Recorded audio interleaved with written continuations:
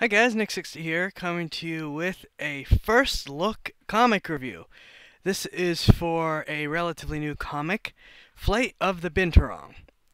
And I would have had this out a whole lot sooner, but I am afraid I was just sick recently, so hopefully we can get back on top of things pretty quickly. So what is Flight of the Binturong? Flight of the Binturong is a long-form sci-fi space adventure, and well, personally, I think it looks really promising. It's been very interesting so far, and despite a once a week update, they've done pretty good job of keeping things moving. So let's just dive right in. Where are we? Well, we're following Mr. Tom Harris and Jacob Shaw, who in the very beginning of this comic, attempt to sell some brand new AI programming to the Navy.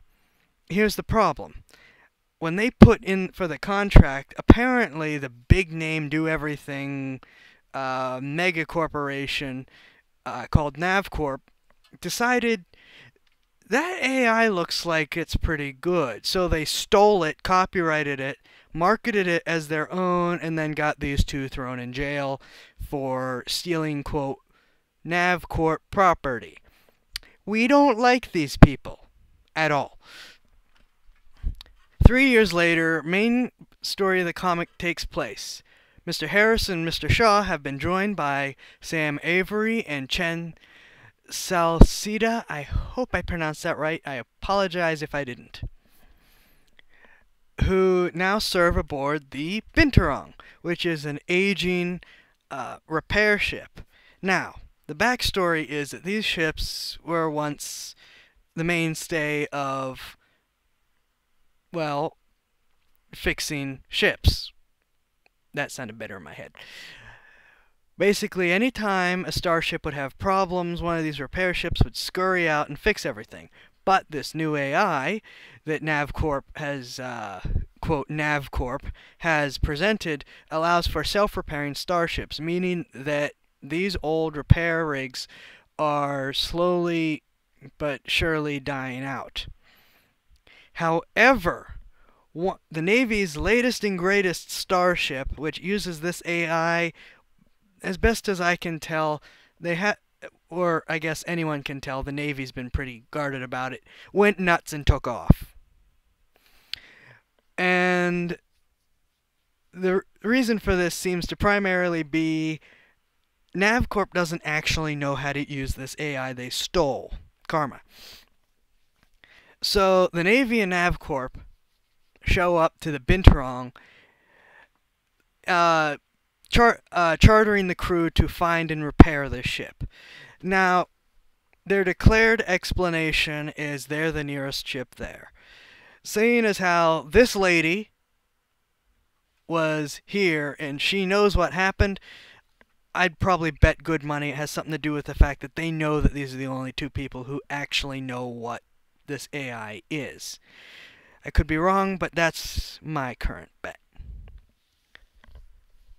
So these guys are now chartered to go and take care of this with the promise, and I really don't buy that they're actually going to follow through on this, that they will have steady contracts with NavCorp and the Navy as reward for taking care of this.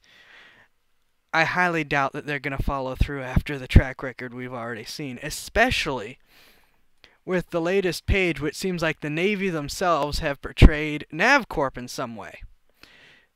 Yeah, things are getting interesting fast. Though, again, they technically started interesting. So, these guys are racing off to try to find the Navy's new ship. Apparently, some Corsairs / space pirates have showed up for the same purpose.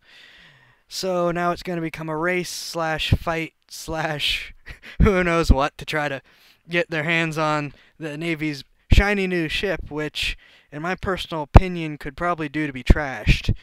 That's just my personal opinion, but that's probably that's probably not what it's supposed to look like. And I may have a little bit of a bias there. Anyways, so that's the general story of where we are. Like I said, there's not really much to say for spoilers because it's a fairly young comic. It's not like you'll spend a couple hours each day for a week or two catching up on it, which I personally think is unfortunate because I'd really like to know more about what's going on. But we'll get there. Anyways, so that's the story. I obviously think it's interesting. I think there's a lot of potential there. I have a whole lot of other guesses on what could be going on and things, but I'm just going to keep quiet since that's not what I'm here to do. As for the comic itself, in terms of how it's put together, the style fits. It gives that grungy, used future type feel that on an aging starship you want. There's no sleek, shining, white, ooh, everything's all techie, living in an iPod type environment. The ship feels like it's been used, which in a ship that's supposed to have been used a lot, that's a good thing. There's obviously a huge disparity between the Binturong and the big fancy Navy ship, which I'm sure it probably actually has that sleek living in an iPod type feel, but since we're not in there, we don't know. So the essence of how of feeling like you're on, I hate to say it, but a rust bucket is there, and that's a good thing. The writing itself is good. The dialogue doesn't feel stiff. It feels a lot like conversations that you'd probably, between people. And well, I'd argue if the NavCorp people are actually people, but again, that's just an opinion matter. So yeah, the art, like I said, is good. The writing is good. The once a week pace is kept up with pretty good by not having any dead pages. Every page has something important, some relevant dialogue or actions going on, which on a once a week comic can cause problems if it doesn't. But they've done a good job about taking care of that. Just looking through, seeing if I missed anything real quick. I'm not sure what else to cover at the moment. Like I said, just clicking through, checking to make sure if I missed anything. Nah. Other than no, there is no other than. I guess that's about all I guess that's about all I got at the moment. A definite plus, a definite good comic to look at and to keep an eye on. And yeah, link in the description, of course, to go check it out yourself. And thanks for the suggestions on what to have a look at. Keep them coming. Good and good luck to the Binturong crew. See you guys.